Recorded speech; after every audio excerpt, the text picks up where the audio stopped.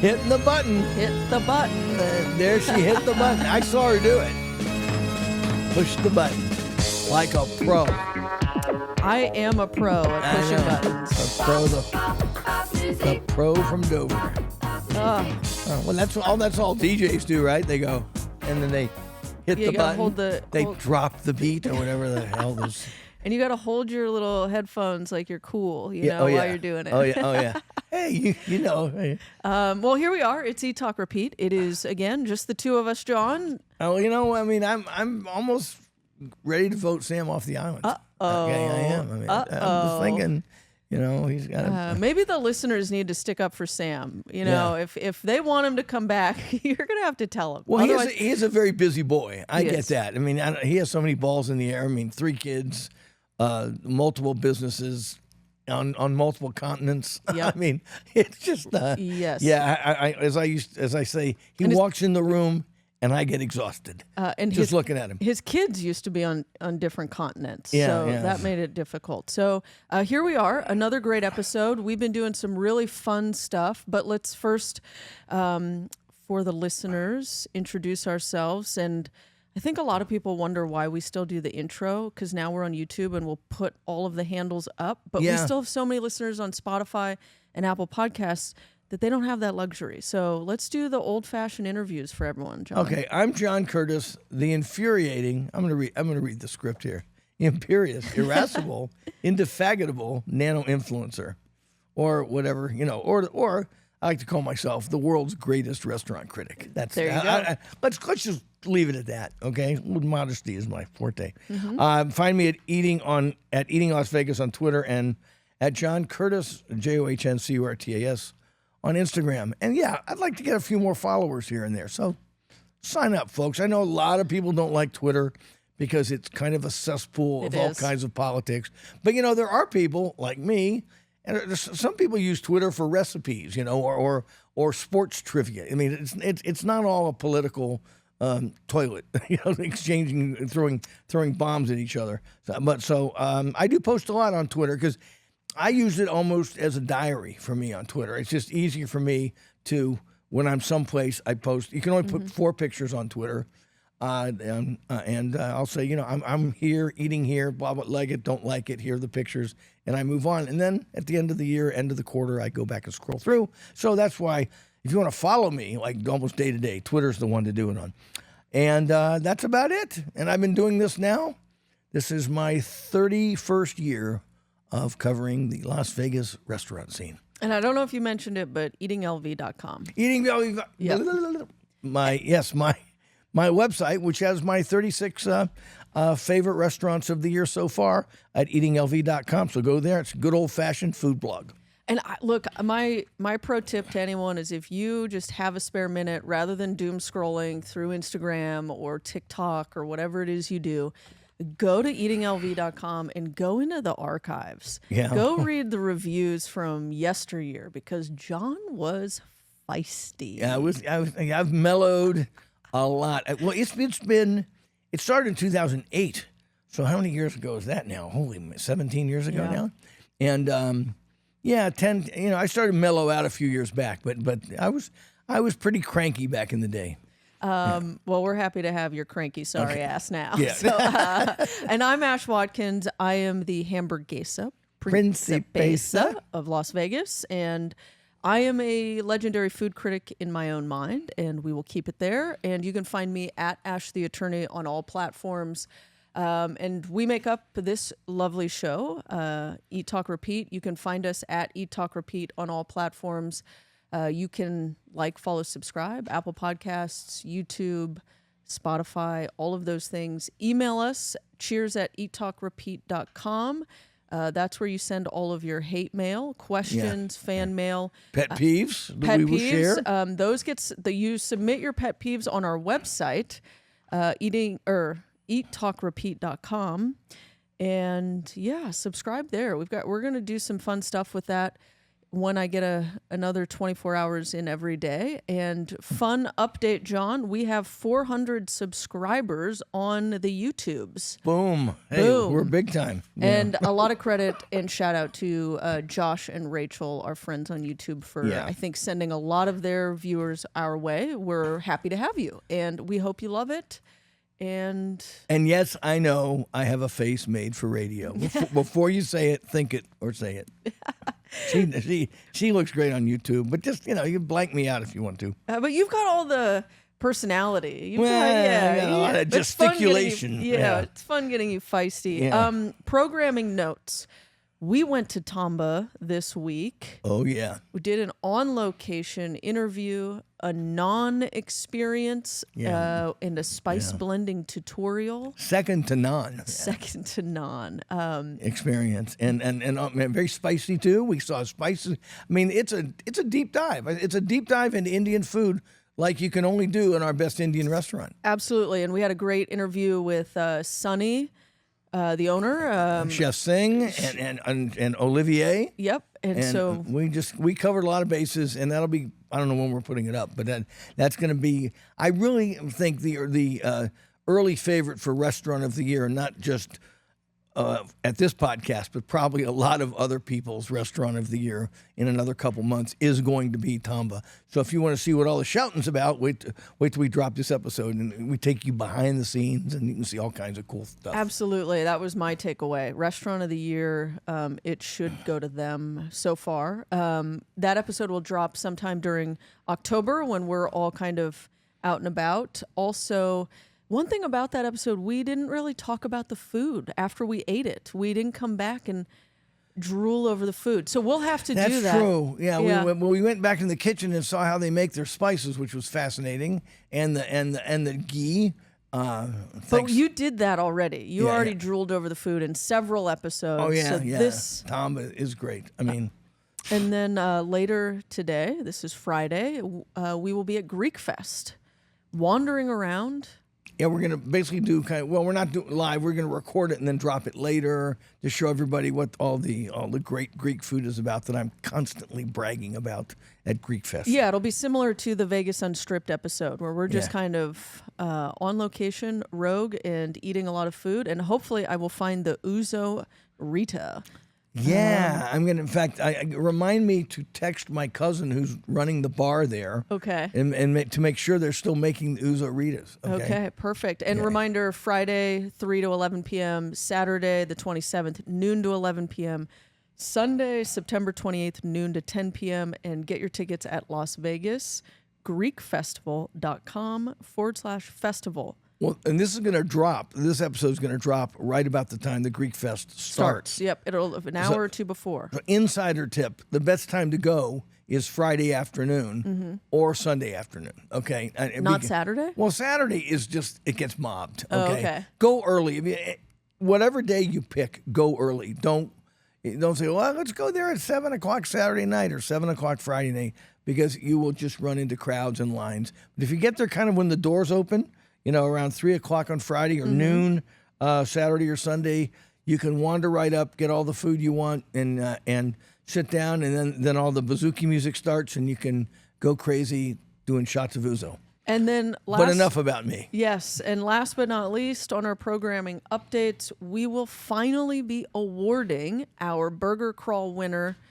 Next week we will do it. That episode will again drop in October, and it's going to be a fun special episode on location at Delmonico, and it'll have interviews with the Chief Culinary Officer, Ronnie Rainwater. Yeah, Chef Ronnie Rainwater, the greatest name in food. It really is. He would have been a great football player. That's a great football name too. Yeah. Do we cover the bases or what? We go to Seriously. Greece, India, burgers. I mean, what else do we have over. to do? I mean, Bazaar Meat. Bazaar Meat. We're going to get to that today. Yep. So we got to the brand new old Bazaar Meat. So we'll touch on Tamba lightly because I don't want to give too much away. Bazaar Meat, and then what's this coffee class? Well, okay, let's get that out of the way right You want away. to do it right now? Yeah. I just went there because the food gal. Well, there's not a coffee shop or coffee bar in town she hasn't tried. Let's go to the coffee guys. I want to see how their coffee. They do Onyx coffee. I love Onyx. Oh, sorry, but that's kind of my invitation of her. And I go, honey, it's just gonna be like every other mid coffee place, and it was. It was. Yeah, well, I Where mean, is it? Where is it? Where is it? It's West Sahara in the same shopping center as. Well, not in the shopping center, a little bit past like where Burgundy Cafe is. It's on the street there where Siena Deli. It's right along that area. Okay. Nice build out. I mean, kind of slick. I mean, the pastries were okay. There, Cafe Brèche has nothing to worry about. The coffee was fine.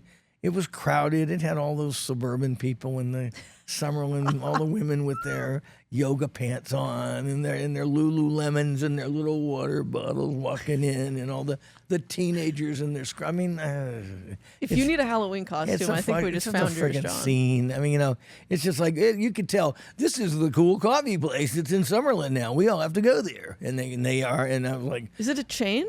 It's locally owned. Okay. I understand, and they have a couple others in town. And the food gal loves their Onyx coffee. For some reason, that's apparently a big deal in the coffee world. And I'm mainly there for the pastries, and I tasted a few, and they were fine, but there was nothing to write home Not worth about. the drive. Not worth the drive. If they're in your neighborhood, go there, okay? But I prefer Burgundy, a bakery and cafe and bakery, or Cafe Brèche if you're a real, aficionado of French pastries. But for what it was, it's a nice place, nice build out, and go there. And that's about all I can say about it. Okay. All right. Well, The coffee class on West Sahara. So let's get into some food news you can use. We should be able to hammer this out quickly because today we're going to go through a bunch of comments and questions. Yeah, that we're going to catch delaying. up with our loyal listeners. And Yes. and thank you very much. Okay. Food news you can use. Wild Fig, they're doing a $500 giveaway contest where you can enter by writing a review for one of their dishes. Ends on October 1st. Go to their website for more info. Also, they're doing a buy one, get one on their pulled pork on Fridays for pickup only. You buy a pound of pulled pork and you get a free pound. That's a deal. That acronym BOGO, I never saw that one before. I didn't know what you were talking Buy one. I get it. I get one. it. I'm not as dumb as I look. How could you be? Okay. And apparently, I mean, that's a great deal. $20, you get 2 pounds of pulled pork. Yeah. Yeah. I mean, we've got to talk about I know. our That's little party. I know. Go ahead. You first. do it. You. Well, so we have a little party to welcome back our friends back from Europe, and they were back in town. So I invite a few people over because I have a buttload of cheese and charcuterie from Curds and Whey, Cured and Whey. And my eyes are always bigger than my stomach when I go to Cured and Whey. So I've got this refrigerator full of stuff, and we have friends back from out of town.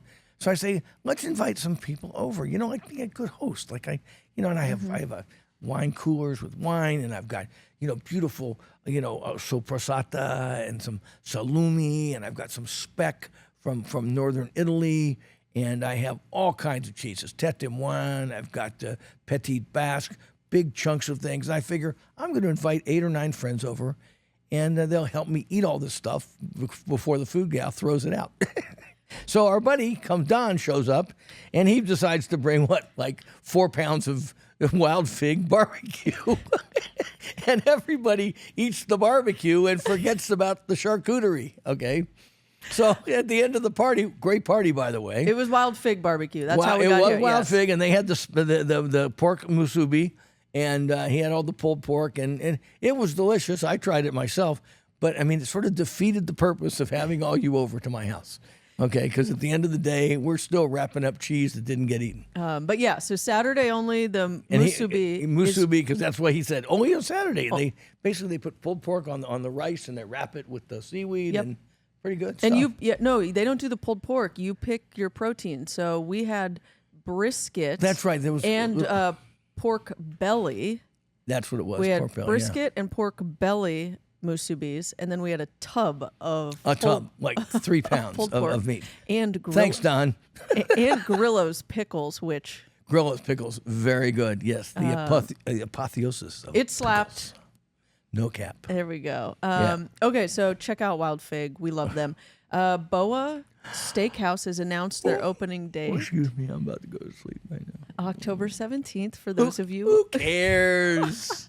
Okay, Who fine. cares? Okay, we're moving on. One of Vegas's top 100 restaurants is closed. In whose mind? Oh, yeah, the RJ. So per the RJ and Vital Vegas, Barcode Burgers has closed its doors after almost 10 years of service. So RIP 10 Barcode. years of mediocre burgers. Yep. Okay. RIP. Diner Ross has transitioned. I think we've already talked about it, but I'm only doing this again for this. It was always an elevated diner, but they are now Diner Ross Steakhouse. Right. So, yeah. But apparently they've got a cool thing, which I usually like at places where you do a steak flight. So you get a couple ounces of New York strip, ribeye, and filet mignon. You're going to put up with all the bullshit of getting to the link. No. Oh, link is nothing but bullshit. Getting there, parking there, getting there. Yeah. For something that's done better in 20 or 30 better other restaurants in town. I go there if I'm going to the disco show, which is fun. Huh? You gotta dance. You dance? Yeah. You actually dance? Oh yeah, it's really fun. You have to be drunk first, though, right? That's why you go to the diner. Okay, you get drunk. I get it. And then you go to the disco show, and you have a blast. It's actually a really fun time. So check it out if it looks like something you might do. Haven't you buried the lead here? The big closing? What?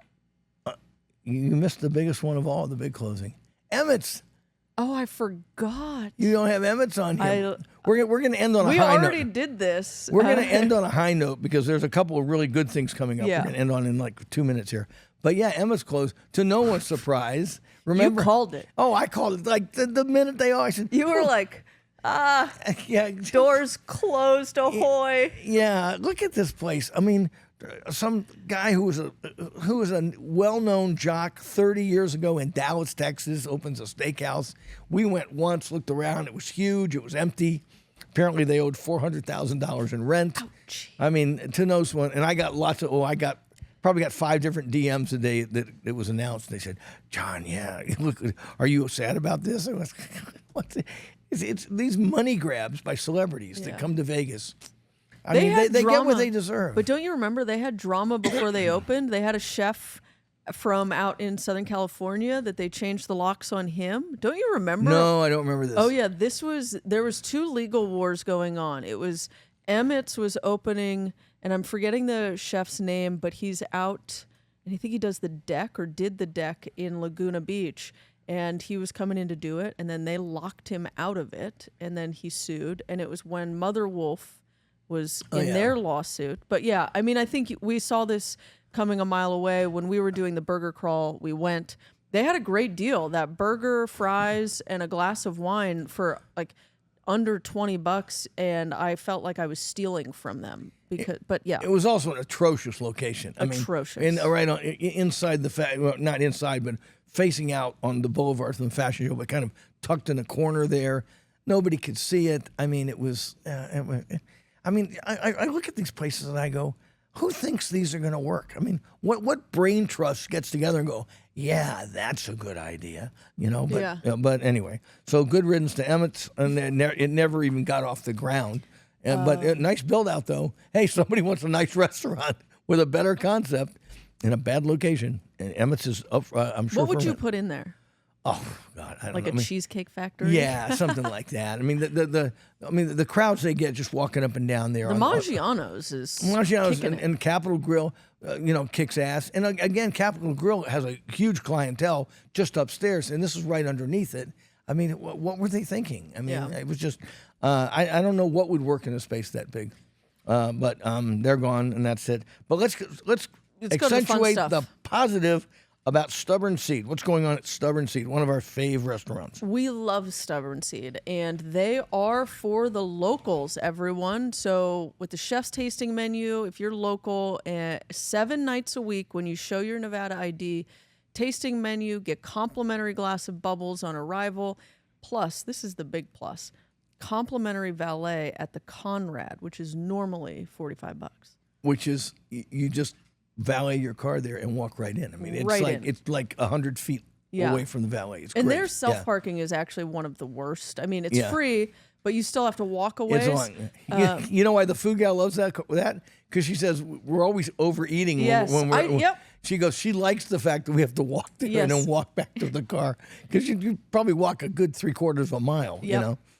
But yeah, so check out Stubborn Seed. Also, their burger, I think it's on. They have a happy hour menu. I also think their burgers cheap, and it's one of the Stubborn burgers. Seed. Oh my God! I mean, it's not on the tasting menu, but go to the bar and just get it. It's one of the best in town. Yeah. And then Fountain Blue, also for the locals. If you dine at Q, La Côte, Vita, or Washing Potato, you can get 20% off. Complimentary valet with validation and 3 hours self-parking. So another pretty solid. Yeah, nice. These are the hotels trying to get people in the door. I mean, it still costs $40 to park at Caesars. You know what I mean? So your $30 hamburger will cost you $70 at Peter Luger.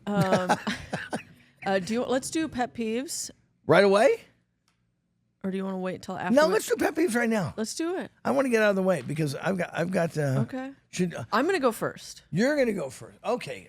Because our two pet peeves, I think, play off of each It's other. a yin and yang this Yeah, week. this is it. Yeah, this is. I don't have a peeve this week. I have a props.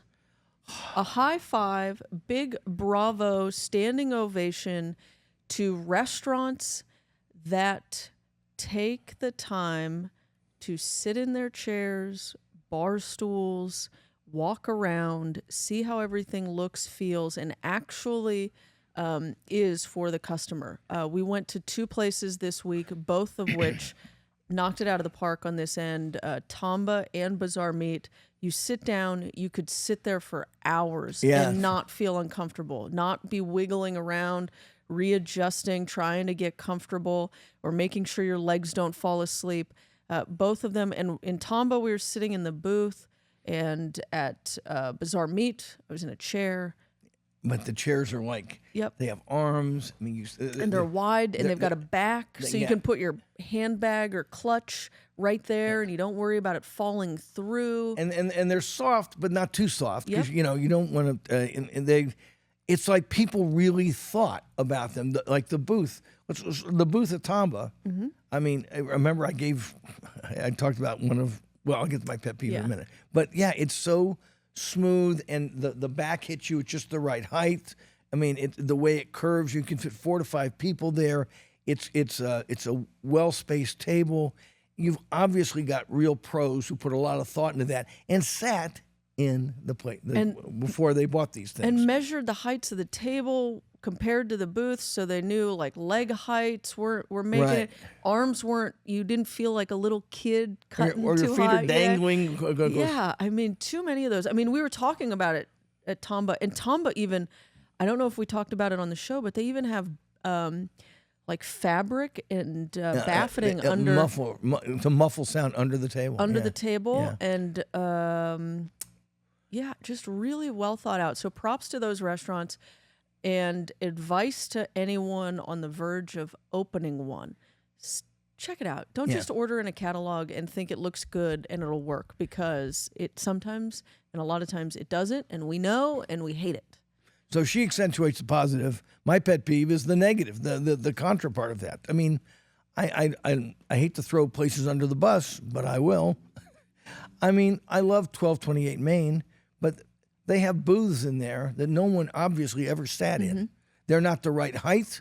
The fabric is like sticky fake leather that your ass actually sticks to when you sit down. And they're also too small. They're like a booth that really only fits 3 people, which is really odd. And they're also too high and puffy. Yeah, puffy. And now I'm not a tall guy. I'm 5'8". That's it. But I mean, okay, so I'm a little bit shorter than average, but I'm not, really short. And my feet are dangling because they don't touch the bottom. And the table seems to hit you at an odd height, and your ass is sticking to the seat aggressively, so you can't slide. And if you make your way into the back of the booth, you really have got some issues. You're fucked. Getting in and out of there, especially okay? if your feet don't touch. And your feet don't. I mean, I'm throwing 1228 under the bus for their booths that obviously, and they have. And let's face it. I mean, I've always said, for 30 years, I leave the mom and pops alone. You run some little mom and pop hole in the wall on Spring Mountain Road, and I'm not. You have the crappiest little chairs imaginable. I forgive that, okay? Because you're feeding a family of 8, with what little money you make there. But this is the Wolfgang Puck operation with real money behind it, and they screwed that up that badly. But they're not the only ones. I mean, a lot of them come to mind. Chairs that are too high, those cheap metal chairs I can't stand. Oh. With the weird. You see them in a lot of bars and restaurants, and you sit down and it's a feng shui thing. You immediately don't feel right. Yeah. You know what I mean? Versus what like Tamba and Bazaar Meat, where you sit down and go, yeah, I'm home. I'm home. It doesn't mean you're gonna spend the night there, but I mean you can concentrate on the company, the food, the experience, and not constantly be thinking this just doesn't feel right on my ass. Okay, and that to me at too many places do not bother. I mean I'm trying to. There's a couple. I know one. Who was it? We love James Trees and what he does. So, and I'm not really throwing them under the bus, but they've at Bar Bohem, they had these really cute rattan, like tall bar chairs, which are lovely, but they're not going to withstand the wear and tear. And we were talking with Jonah, and he was like, yeah, I mean, you get a designer in there and it looks beautiful. It photographs great, but long term, getting people of all different heights, weights, ages, in, out. Like it's not a chair that's being used like at home. Well, okay, just to take that one step further, I mean, Petite Bohème, love the bar, love everything about it, but the booze and the couches there are too low, okay? Yeah. They're too low if you're, let's say, a man or a woman of a certain age, okay? You probably... Petite Bohème, the bar. Bar. I mean, they're low slung. Yep. They look great. You can just see the designer going, oh my God. And you walk in, it gives off the right look, the right vibe. But you sit down and you sit back and you're down and your knees are up. Yeah. And then when you have to get out, it's like, all right. You know what I mean? It's like you're thinking about getting up. You're in a couch. Yeah. You're in the couch. And I mean, I would think you would want an easier getting in and out of a couch for the turnover you want at a bar. Yeah. Okay, so we're not just picking on those two because there's a lot of guilt to go around here, but there's amazingly how many places I eat in. Think about it. Tell us which ones you notice, because now that it's on your mind, you're going to notice it, and if you haven't already. So, so that's our pet peeve and my props. And keep being thoughtful. And then we're going to take a break. We'll be back, and we're going to go through comments and all the other listener peeves when we come back. I'm the best. Personal injury law has been the same for a long time. The best. Big egos, greed, and sleazy schemes. We've had enough. Welcome to Sam and Ash, the new standard for personal injury law, where things are done the right way, because you deserve a team that delivers real support and results. When you have both, your whole world can change. Sam and Ash Injury Law, because you deserve what's right. All right. We're back. Back. My coughing fit has subsided. Yeah, this part of the show is brought to you by Hall's Menthol. And Ricola.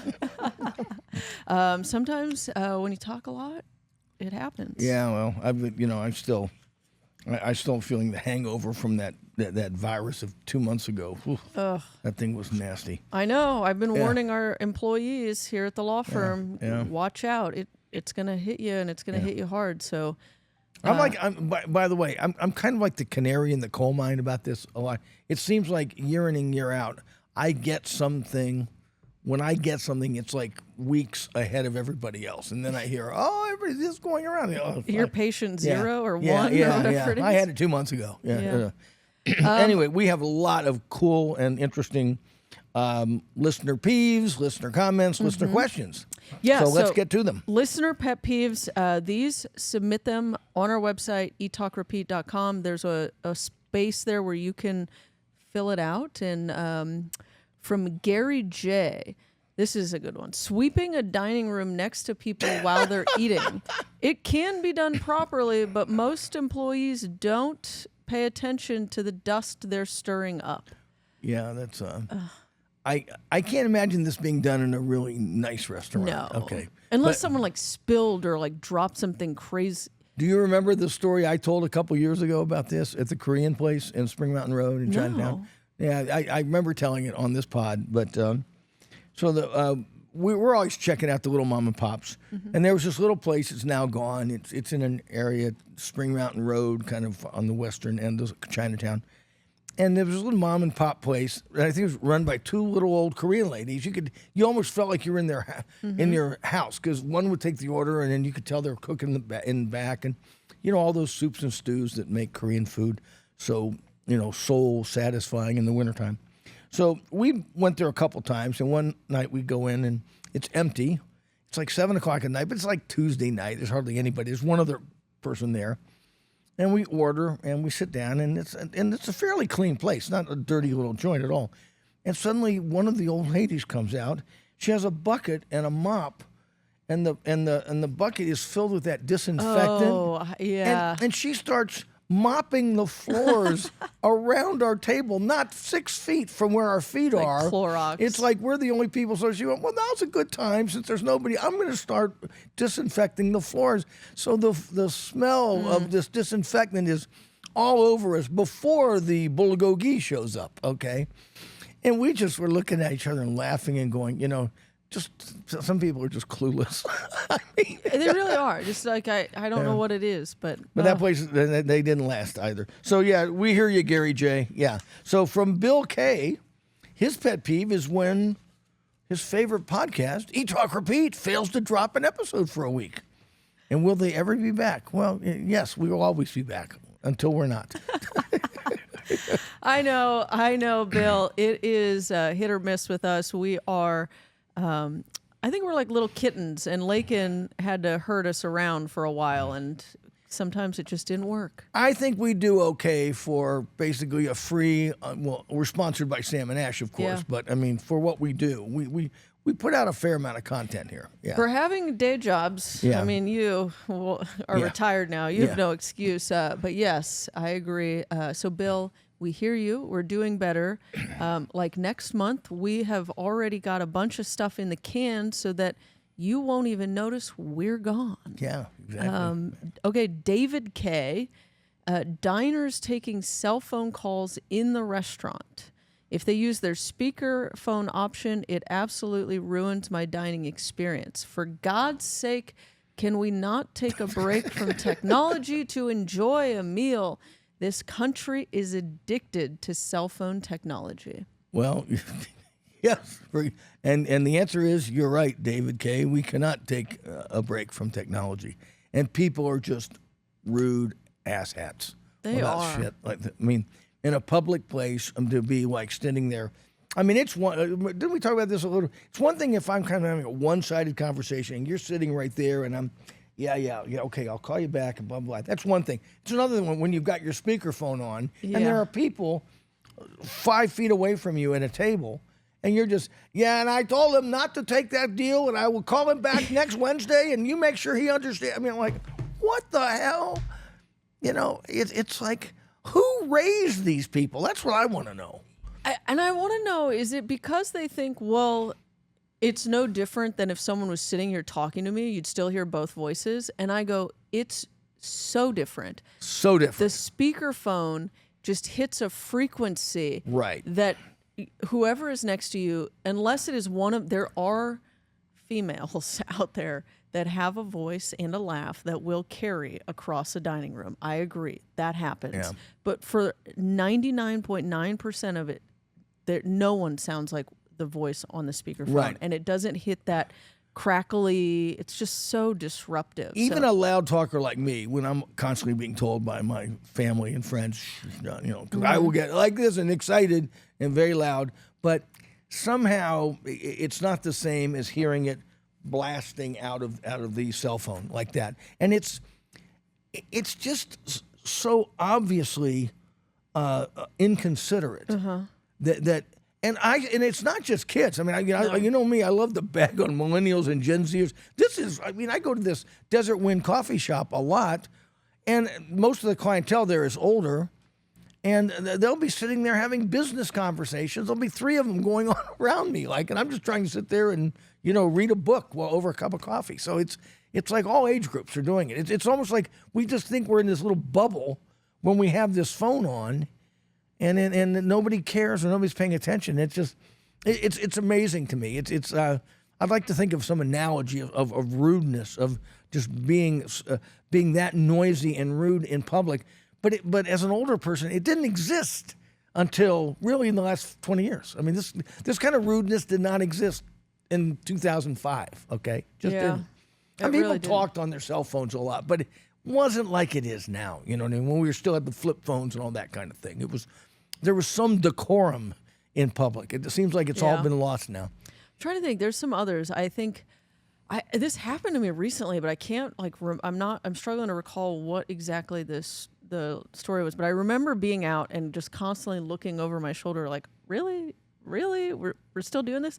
And I think it might have been someone's phone kept dinging, like, ding. Yeah, every time they get ding, a text or an email ding, or whatever. And I'm like, silence, vibrate, something else. Like, well, someone said to me gosh. I complained about this on Twitter one time, and they said what they do is they just have a fake conversation and start screaming into their phone, alongside the person. I went, that's funny. It is funny, and it takes some chutzpah, but yeah, that might be the only defense. So yes, David K., we are with you on the technology problems we have. Up next, John, take it away. Tom S., nothing irritates me more, at least this week, than suggested tip amounts that include tax and any bullshit fees, e.g. CNF, credit card surcharge, etc., in the calculation. I'm not sure I understand this. I think they're basically saying... Oh, like when you get a receipt, and at the bottom it says suggested... tip, but they're asking you like 20% on the surcharge and on the tax and on everything, rather than just the food that you ordered. Yes. Okay. I'm with you, Tom S. Yeah. I mean, the whole suggested tip thing. Also, I'm just annoyed by the bullshit fees. That's a peeve on its own. Yeah. So you actually, within this one little peeve, there's like 5 little peeves. Okay. Well done. Well done, Tom S. You've got little nesting peeves in there. Yeah, because it's just one after the next, and you just, by the end of it, you want to scream. Okay, so listener questions. Okay, Anissa D, big fan of the show. Podcast, been listening since 2023. Thank you, Anissa, for the support. And before our first visit to Las Vegas, didn't steer us wrong on that visit. We're headed back later this month to head out to Bryce Canyon and Zion to do some hiking. We'll be flying in and out of LV. We'll have 2 evenings in Vegas. One night we're reserved at Bar Bohème, seeking your input on the second evening, thinking either Cipriani's, Monzu, or Main Street Provisions. Your recommendation, which to choose of the 3, appreciate it. So let me give you my reply. So I wrote Anissa D back. Wait, I think, it's down below. Yeah, actually, it was a little out of order on our tip sheet here. So what I said was, it all comes, and when people ask me questions like this, and I've fielded them a lot in my day, I always want to ask a question back, because it's you just don't know what they're looking for. So it kind of depends on what you're looking for. I mean, Cipriani is dressier. It's northern Italian food with impeccable service, a lot of great pastas and proteins, but very simple, very direct, very northern Italian, authentically northern Italian. Not a lot of cheese, not a lot of red sauce or anything of that nature. So you have to be ready for that. It's very much a strip restaurant in terms of pricing, but it's still a lot of fun, and it's great people watching. Monzu, of course, our favorite of the show. Love you, Gio. Gio has fantastic pizzas and pastas, much more casual, with a definite Sicilian bent. It's a great locals hangout, great wine list. It's something very unique in Italian food. So if you're looking for a more locals experience, it's also authentically Southern Italian, with an owner who's there who curates this menu in an incredibly detailed way to give you the best of his pizzas and pastas, and everything he does there is just spot on. And he has one of the greatest wine lists, Italian wine lists in town. So that's Manzu. And then I always end with Main Street Provisions doesn't call itself a steakhouse, but that's what it really is. And it's really located in the heart of the hipster arts district. So if you're looking for something local and hip and meat-oriented, I mean, it's hard to go wrong with those three. So when Anissa D asked me which of the three I should go to, they're three so distinctly different restaurants, it's hard to recommend one. So all I can do is give her my little thumbnail review and say what fits your mood. I can't wait to hear where you end up and what your thoughts are. So let us know. Next up, we have from Eileen G. Big fan, been listening since I moved here in 2020. But big disagree. On Burgundy Cafe, at least as far as their Croque Monsieur goes. Croque Monsieur? Was there last week of August, and it was really disappointing. Cafe Brège is much better, even if it is further from me. Eileen G., I don't know if I've had the Croque Monsieur? Yeah, I don't think I've had it, so I can't say that. And I've had them both, and she's right. Okay. I mean, I don't think Cafe Brège is better. So I agree. I'm not going to dismiss Burgundy Cafe because they do a lot of nice things there, but I think the food is a little more finely tuned at Cafe Brège. There you go. If you're a true Francophile. So Eileen G, you're spot on. Yeah. So okay, now when we the Mighty from Mighty Albu. Yeah, this was a social media comment DM from. I hope Ash can give a review. And they were commenting on Bubbles and Burgers, the masterclass series at Wynn, which happened already this week. I did not go, Mighty Albu. Three of America's leading chefs, Antonio LaFossa, Megan Vaughn, and Angie Marr, were demonstrating how to prepare their signature burgers in a bun-to-bun competition. I saw this. I was tempted, but let me say this. I tend to be a purist when it comes to burgers, and these screamed chefy all over it. Yeah. And there's no quicker way to make me run for the hills than making a burger too chefy. A burger really is about the meat, Right. about the meat to bun ratio, and the simplicity of each ingredient, and making sure they actually add to it. And it's not to be cute. It's not to try and be the most unique, etc. We saw that in our burger competition. I hated.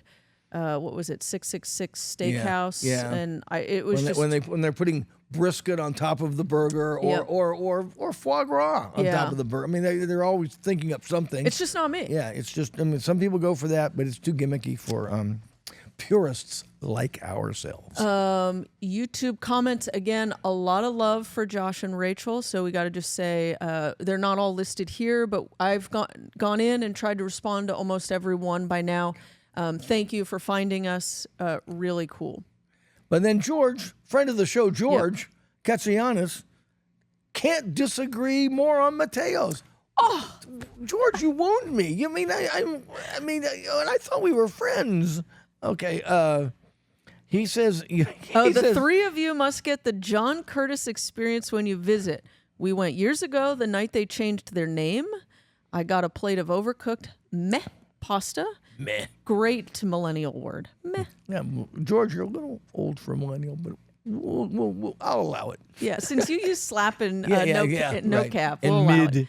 and sus. And then he also said begrudgingly returned after John's constant praise on the show, and got the same plate of crappy pasta. Literally walked over to Cipriani to wash the taste out of our mouth. I don't know, George. We got to go. Okay, we're gonna have to go. I'm gonna have to go. I responded. I said, George, it's interesting. I've never gone with John, and I haven't had a bad meal. So I don't think. And I'm on the Strip. No one knows me, George. I fly under the radar. I go in. No one knows who I am. So I definitely wasn't getting special treatment. She takes that little mask thing and go. I should, because I can only imagine how much better it is. But we should go together. Yeah. I've probably been to Mateo's a dozen times, and they've always known me. But I don't. They're not cooking me anything that's not on the menu. I mean, it's and I've never had a bad meal there. Hey, George, I'm with you. I think between the two, I'd probably go to Cipriani. Well, it depends on what you want. I love the fresh pastas at Mateo's. I do. And I like the wine list at Mateo's a lot more. I do. Oh. And I like, the appetizers are more interesting at Mateo's. But okay. So we're gonna okay. I go to Cipriani every week. So I mean, I can I'm not criticizing. I'm just saying there's a little more variety. Cipriani, like I said a few minutes ago, is a very distinct type of food. But Mateo's tries to go all over the Italian peninsula and giving you tastes of different things. So it's a different experience, exactly. So, okay, so we'll just agree to disagree on that one, George, even though I hate that term, but yes. And then at ICD1156, Josh and Rachel sent me, can you do a show on your favorite local restaurants? Paren, I'm a fan of Nora's on West Flamingo Road. End paren. So here's the thing. We tend to always tell people, forget Nora's, go to Manzu. Yeah. But we did record a top 3 episode, so that's coming out. Hang in there. Right. Yes, and it's all local. Well, not all, but a lot of it's local restaurants, right? Yes, and strip restaurants, but yes, all Vegas. It's all of our favorites, and we break it down by category. We do coffee house, we do burgers, we do Italian, we do it all. So check out that restaurant, but just know we're pushing you outside of your comfort zone. So have fun, buckle up. From at Ballbomb, it's sad, but John nailed it when talking about losing Vetri. It would have fit in perfectly in the early days of the win, but Vegas cannot currently process that an incredible Italian restaurant would not have meatballs nor pizza on the menu. Yeah, true. That space was once Nove Italiano, I believe, really basic red sauce and steak place that was a fun but not a foodie destination, and it probably makes financial sense to bring in a similar concept. Let me respond. You're almost right at Balbom. Nove was in the other tower. Vetri is at the top of the Palms, and Nove was the top restaurant in the other one. It was very good. Gino Bernardo was the chef there for years, but and he did some really interesting stuff there for a while. But yeah, he skewed a little more classic Italian, but was wonderful until he moved on. And the Fertitas, not the Fertitas, but the tribe, the San Manuel. No, the guys before it. The Maloufs sold it before once they Maloof sold it. He was history. But Balbom, you're calling it correctly. I mean, Vetri was sort of late to the game. Obviously, the COVID shutdown did it no favors. I think had there not been the COVID shutdown, the sale to the Indian tribe, blah blah blah, and just the change in the general zeitgeist of Vegas over the last 5 years.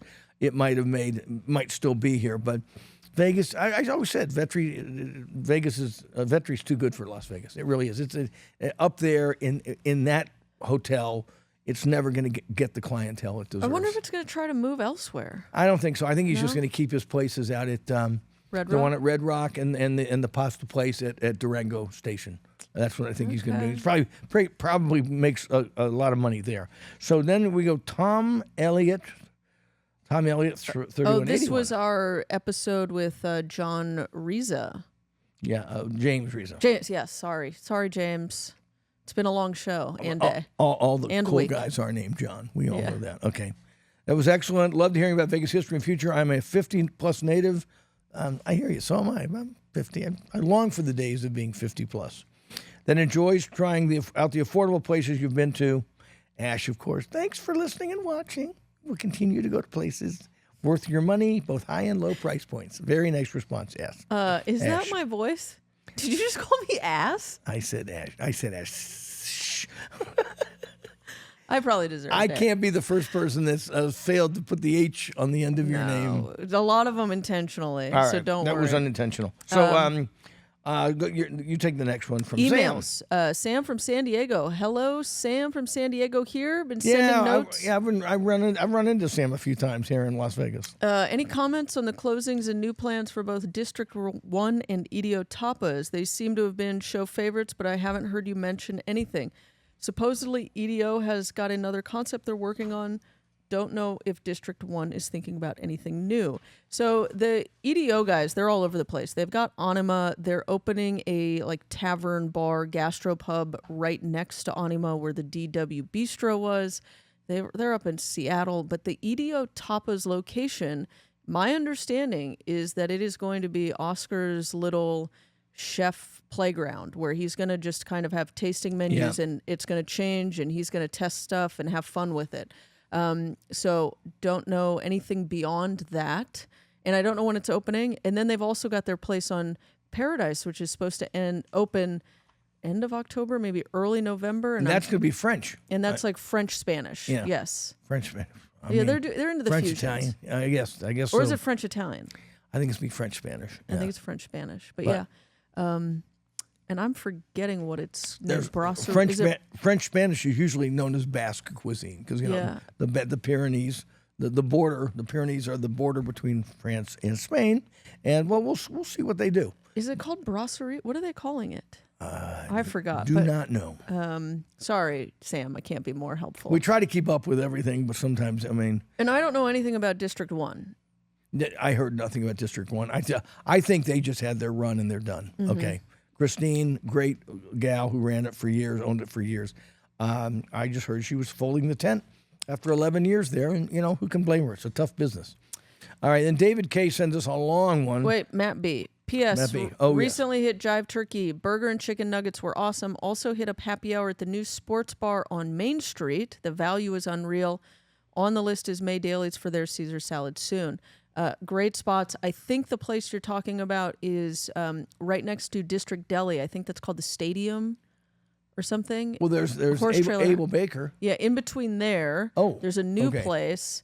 I think it's called the Stadium. I haven't been yet, so cool to hear. Now go to David K. Well, David K. is a long one, so apologies. I'm going to truncate it. Not only that, I'm going to shorten it a bit. Feel free to disagree, as we always do. He talks about how many of the David K. is not a spring chicken like myself. Mm-hmm. He goes on a long thing about I do not want to go to the strip to see fat people wearing cargo shorts, T-shirts with their baseball caps turned backwards, walking the sidewalks with those cheap plastic foot-tall drinks with a straw.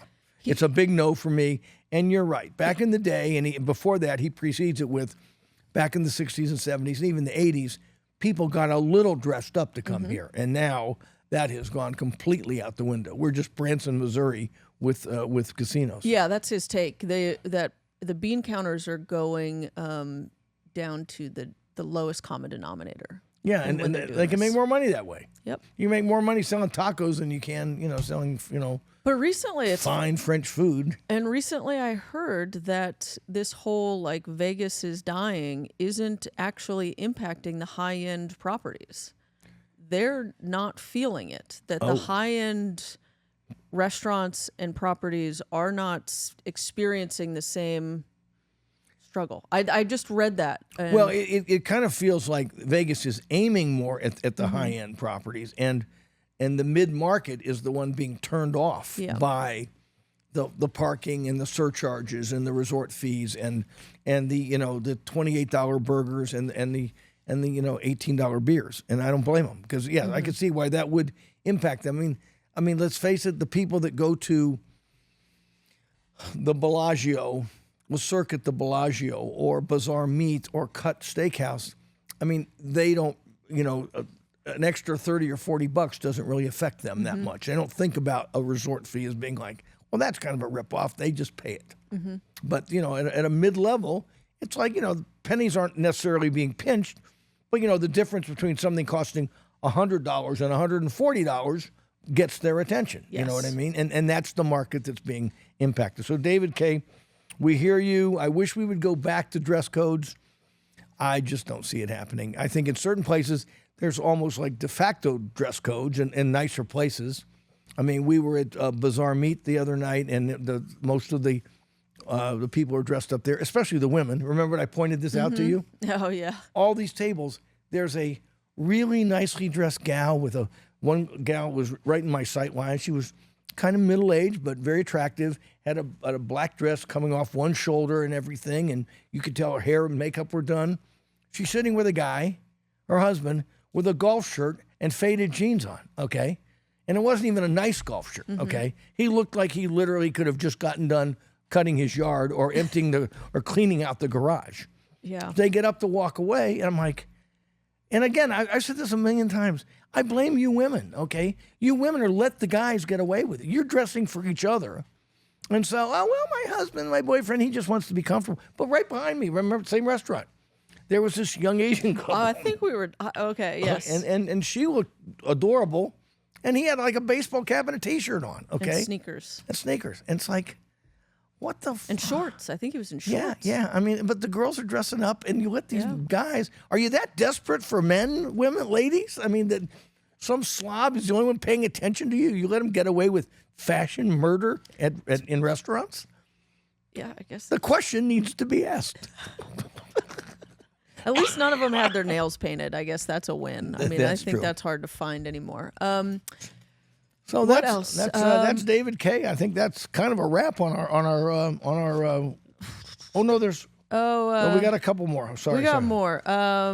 David K.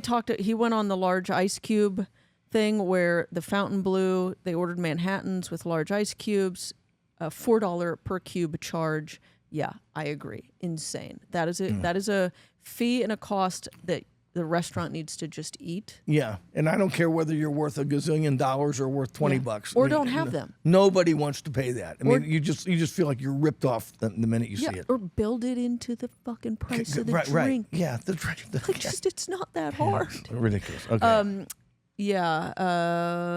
Basilico went. Food's always good. And surprised to learn of free entertainment at a reasonable hour for us old folks preferring to retire early. So thank you, David K. Anyone who wants entertainment while they eat, check out Basilico's website, basilicolv.com, entertainment, events, entertainers. Okay, so I think that's going to pretty much do it. I mean, for us. David K. has a pet peeve. This is a good one on his other email. Yeah, okay, sorry. We had to plow through a lot of stuff Carver here. Steak has a dress code, but his pet peeve is that they don't enforce it. He was surrounded by diners wearing shorts and T-shirts and one with a baseball cap. Since when is that business casual? I think since COVID, my friend. I think the world's gone to shit since COVID. Let's just face because it. people work behind at their home, Right, and and their PJs. again, it's just the same thing. I mean, I'm a broken record on this. I mean, it's the men that just, and you're right. You put a dress code up there, and I think all they do with the printed dress code is hope it shames somebody into trying to look a little nicer. But I don't think restaurants are prepared, especially at the steakhouse level, to look at somebody and say, you cannot eat here because you're not dressed up enough. Golden Steer does. Golden Steer does. They won't let people with flip-flops. Who was it? Someone was just telling us a story where they put booties, like, the little real estate booties. Well, these were influencers that came in in their shorts and flip-flops, and Amanda or somebody said, you can't come in, and they made them put the booties on if they're going to come in. And so props to the Golden Steer. I know you hate to do that. But they enforce. No. There's a lot of things I love about the Golden Steer, but the dress code is one of them. Cipriani dress code. Yeah, Cipriani will. I think. Well, you come to Cipriani and you meet three guys in really expensive suits, looking right at you, going, and I think they've shamed a few people to just walk on. Yes, I know someone who was shamed out of a short suit as a male. Really? Who showed up as a joke. Fun show, John. Read the room, men. Yeah. I just blame guys. I mean, really, all you gals, and I mean all you gals, from 15 to 75, you seem to know how to dress in public most of the time. It's the men that are really bring the whole thing down. And to me, Do we blame the wives, the moms, the girlfriends, all of them? Just blame all the women in that. Because it's up to you. I mean, you all control this, and you just don't know it. And you'll feel better. Dressing up makes you feel better, more confident when you go into these rooms. Why do you let men get away with it? I don't. You don't, but it seems like half the females in the restaurants in the world do. It's like, I don't care. He's in a T-shirt. I think you all just. Well, I also think there's a celebrity thing with it. Celebrities go out wearing whatever they want, and celebrities are now photographed and more visible, so everyone thinks that's the fashion. Right. And no, it's not the fashion. Ben Affleck looks like this. Why can't I? Yeah, because he's Ben Affleck. Yeah, I get it. Johnny Depp, with his hats. Well, at least if you wear a cool hat, you can get away with a lot. Yeah. Okay? So look more like Johnny Depp. And with that one. And on that note, we are out of here, people. Good night, Canada. Dress up more. Yes.